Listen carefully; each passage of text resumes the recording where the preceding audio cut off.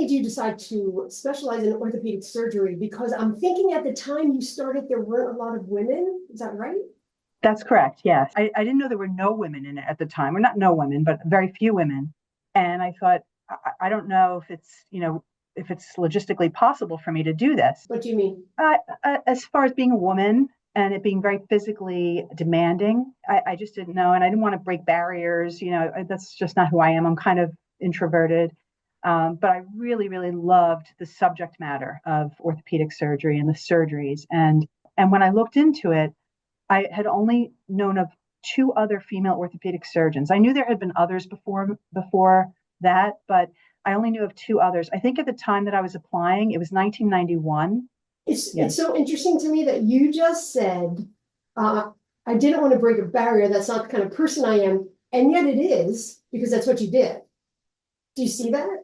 I do see that. I think it's because I loved it so much. And I had a great experience in my residency where I was accepted into the program because it was a group of men that were gentlemen. They were really excited to train a female orthopedic surgeon because none of them had met one or seen one and wanted to, make one come out of their program. And this was up in Portland, Maine.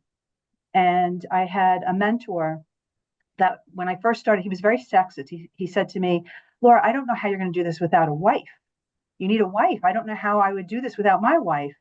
And I thought that was really sexist, but it's interesting because he was right in a way in that orthopedics, you have to have a partner that's really supportive and willing to, go along with the long hours and things like that. He was absolutely right about that. So when things happen like that, doctor saying you need a wife, what made you keep going? But what was interesting was that during my residency, I had to learn how to think like a man. I needed to learn how men think, and in order to be kind of accepted into the club, because men think about things differently, they see things differently. There's a lot of physics in orthopedics. There's a lot of mathematical stuff that goes along, a lot of science.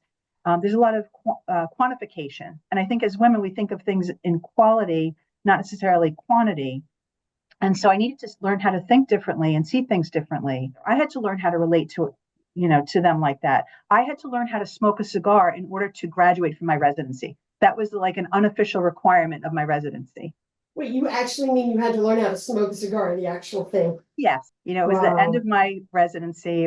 We were having a party and they said, this is the last thing we want to teach you. And that's how to properly smoke a cigar. Wow. What is it like now for women in orthopedics? So now 6% of all orthopedic surgeons in the United States are women.